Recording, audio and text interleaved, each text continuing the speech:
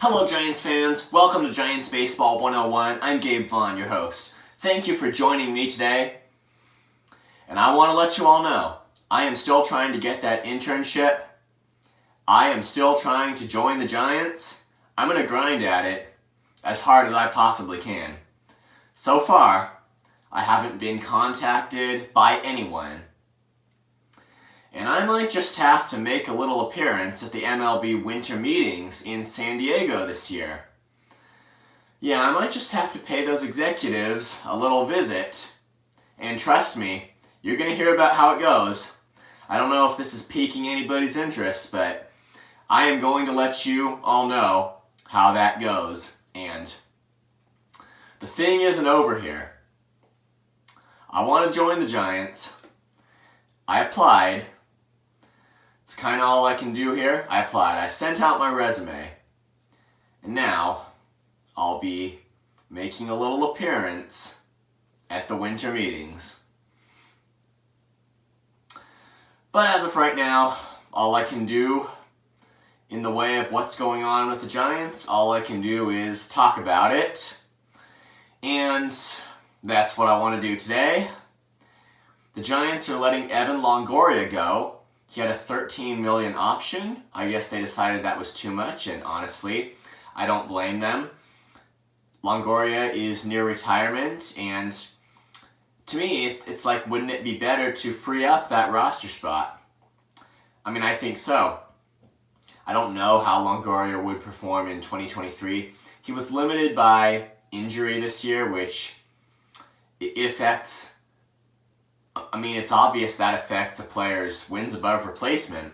That's kind of an advanced baseball statistic. I know the fans sometimes don't want to be the number crunchers, and I'm not expecting this of you at all. I'm just saying that, in general, that's a statistic that's used to estimate the value of a player's total on-field contribution to the team. Bad performance messes it up, as does missing time due to injury. It rewards increased playing time and increased performance. It's just a player's value above basically what the least level of production you're really going to be able to tolerate on a big league team.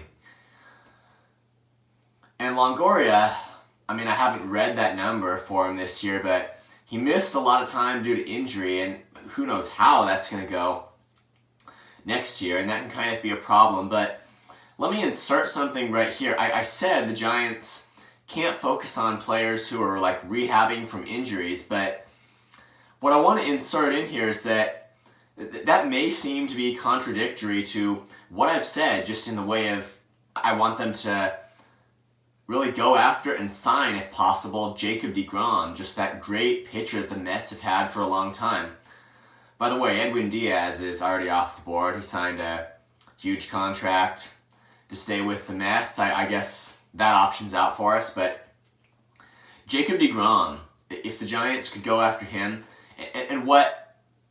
here's where I might seem to be inconsistent, and that's that basically deGrom has struggled with injuries in both this year and the past for the Mets, so goes back to basically what wins above replacement is talking about. And it's not my intention to give any numbers for wins above replacement or WAR tonight. I'm just saying what it's talking about is basically playing time, and the quality of the contribution.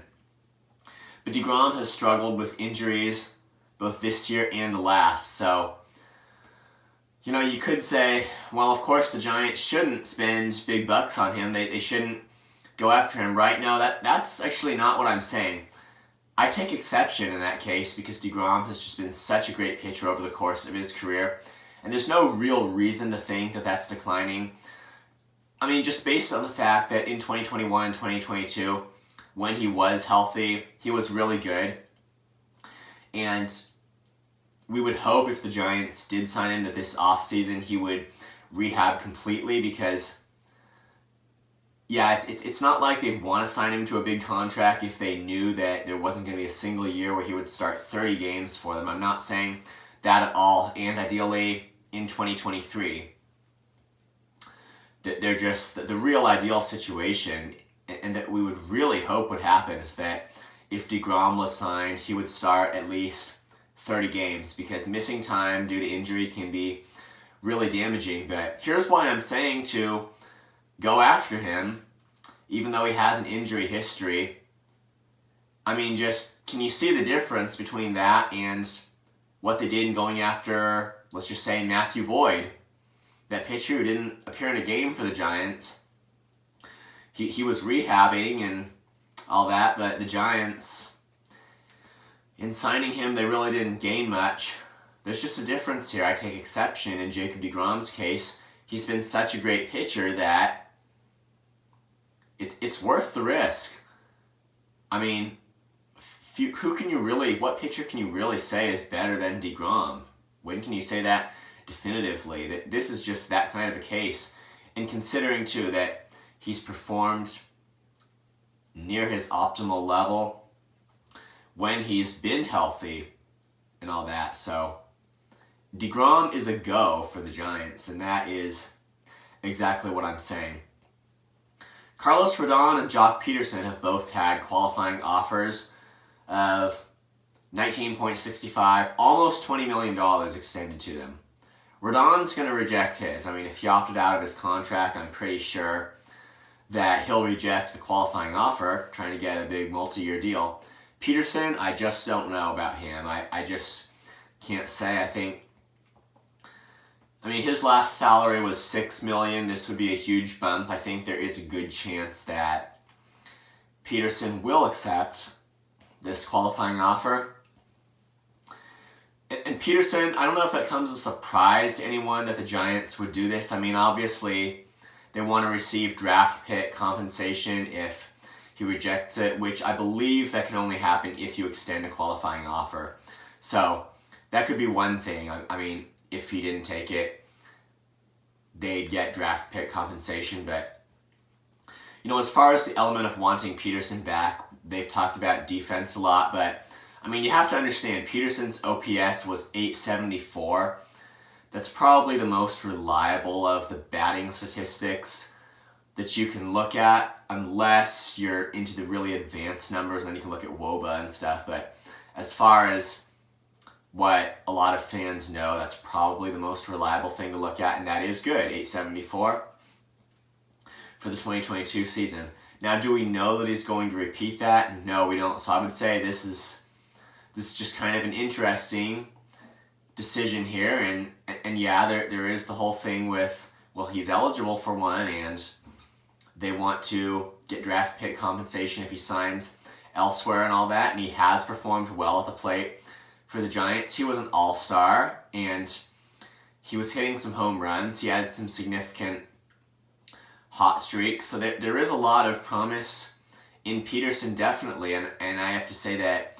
And you know, though, the thing is, you're spending $20 million, so if he did sign with them, and if he had an off season in 2023, that could happen to anyone.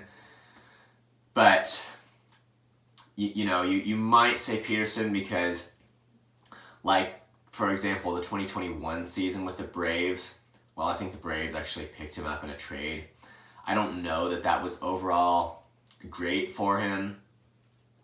But 2022 was much better and included an all-star run. So could be a lot of reason to get Pederson back. And I mean, even if, say, he's on their roster in 2023 and they're paying him $20 million, you know, the automatic reaction to that would be to say, hey, we can't platoon him. Like, we really can't limit him to facing righties most of the time because we're paying him $20 million. Sometimes that isn't the right way to think. You know, if they just take the approach that, okay, regardless of payroll, regardless of what we're paying anybody, we're going to put the roster in the best position that we can to win. And if that includes, like, this guy just facing opposite-handed pitchers so that he'll have better numbers, then that is kind of our strategy. So they need to be open to platooning Pederson against righties. That might, I'm not saying necessarily that it will, but it might do, like, couple of things here, and one would be put him in position to succeed because he's doing what's easiest for him, and number two, just the at-bats that he gets, he'll just mathematically keep them as quality as possible. So there's time to evaluate him, but I'm just saying platooning has to be an option, even though they would be paying him this extremely high salary if he did come back. But yeah, I definitely think Rodon, he opted out of his contract. He's going to reject this qualifying offer. That's just the way it's going to go. And the Giants could still reunite with him with a multi-year deal. But they should check the whole market on starting pitchers. I mean, I wouldn't say that without considering all the options available, they just sign Rodon to whatever money he wants. And then, I mean, that's rarely the way to go, although Rodon was definitely a really good pitcher in 2022. And he made the All-Star team. So that is where I think things are right now. Roster updates are constantly coming in. And I'll see you next week. Thank you for watching. I would love to answer any questions that anyone might have, so please leave them in the comments. Don't wait for others to do it.